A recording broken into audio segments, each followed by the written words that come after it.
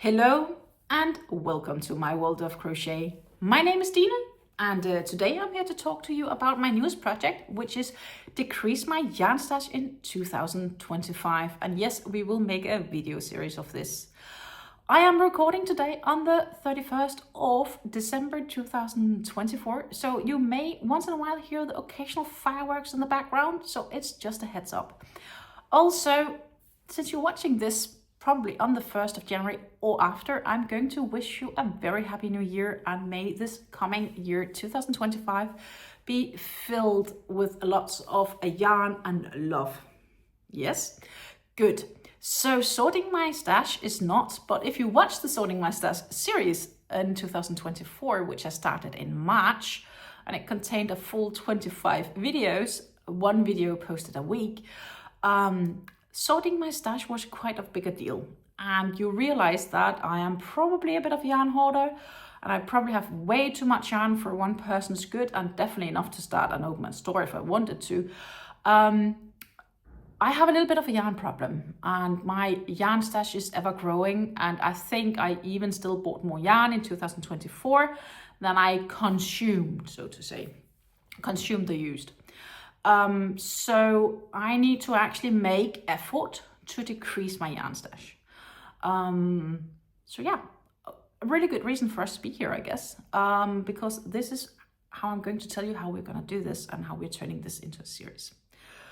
So there's a few rules that I need to adhere to, because this is not I'm not allowed to buy, because I am allowed to buy yarns with specific stipulations. The end goal is to have a smaller stash at the end of 2025 than I have as of today of posting this video, which will be January the 1st, 2025. So at the end of this year, after 365 days, I should have less yarn, skeins, balls, cakes in my stash than I had when I started. Good. How will I want to achieve that? Of course, I can consume it by using it for projects. I will keep the labels. I'm only allowed to put the labels away if I've finished the yarn. This means I can have projects with half skeins left, and then I'm not allowed to put away the label of that yarn. So it needs to be kind of finished. If it's almost finished and I only have, 10 meters left off, I'll count it as finished.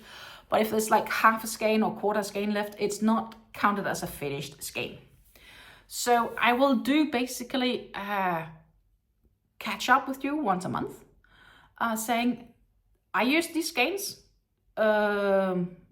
Basically, I used X skeins in January vlog, but not just skeins. I will see if I can also do it based on weight and length.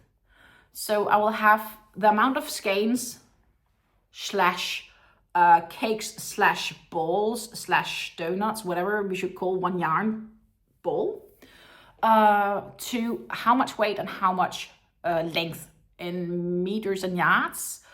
Weight would be in grams, kilos. I will see if I can do ounces, but that would be the most logic for me, would be to do all metric, because I am in Europe and we use the metric scale also for yarn. So it would be like 100 gram skein, which is like 3.5 ounces, to 200 meters, which is like what, 215-ish yards or something like that.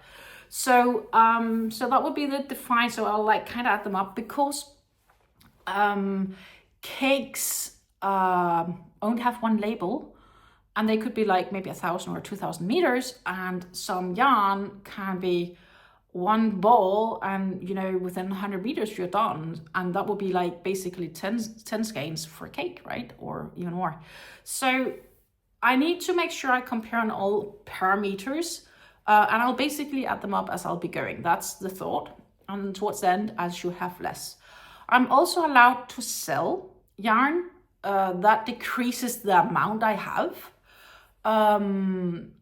but it's not counted as used yarn. That's just decreased, so I have this much less kind of issue. So I'm allowed to sell yarns as well, or give them away for that matter, but I'm more likely to sell them than to give them away, unless it is a really good friend or I'm getting something. When it comes to buying yarn, as the goal is to have less yarn towards the end of the year, there is a limitation on how much I can buy, because obviously the amount I can use limits the amount I can buy as well. And I'd prefer if I had more than only decrease by 1 skein. The real goal would be to decrease by more, but we will have to see how this goes. So I'm allowed to buy yarn on the circumstances that it has to be on sale, or a really good price. So a sort of a sale, right? It has to be a really good price. I have to have a defined project for the yarn I'm buying. I cannot just buy the yarn to buy yarn. So it has to be on sale or have a really good price point, so that I get good value for the worth. And I have to have a project for it. Or if I have a commission project, then I'm allowed to buy yarn as well, if it's yarn that I do not already have in my stash. So the main goal is basically to shop my stash, to be able to decrease my stash in 2025. But it could be that I will add to my stash, but I'm not allowed to add more than that went out. That's kind of the end goal here. It could be cool if you give a really good idea or give it a good guess. Comments down below.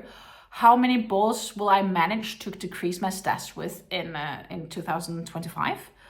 I will also try on Monday. I want to go through the yarn I consumed and used, not given away, only the yarn I used for the whole 2024 to help give you an indicator of what that could be. So I'm trying to make a video of that to go up quite soon. But yeah, generally the idea is to decrease my stash, and I have plenty of yarns to do that, and I'm not gonna get bored. Wish me luck. And most of all, I'd be more than keen to hear how much yarn do you think I'll manage to decrease my stash with. Comments down below. You're also welcome to gamble or guess that I increase my stash, but then I hope you're not right. But it is a possibility. It is a possibility. But generally the plan is to decrease it. And it's a very clear goal for what I'm allowed to do and what I'm not allowed to do. So yeah, comment what you think my end result will be towards in 2026, if I actually managed in 2025 to decrease my stash.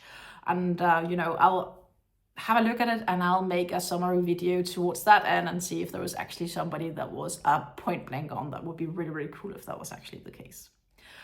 That's pretty much in here from now. I'm going to wish you another time, once more, Happy New Year. I'm looking forward to spending a bunch of 2025 together with you guys, and happy crafting until see you again.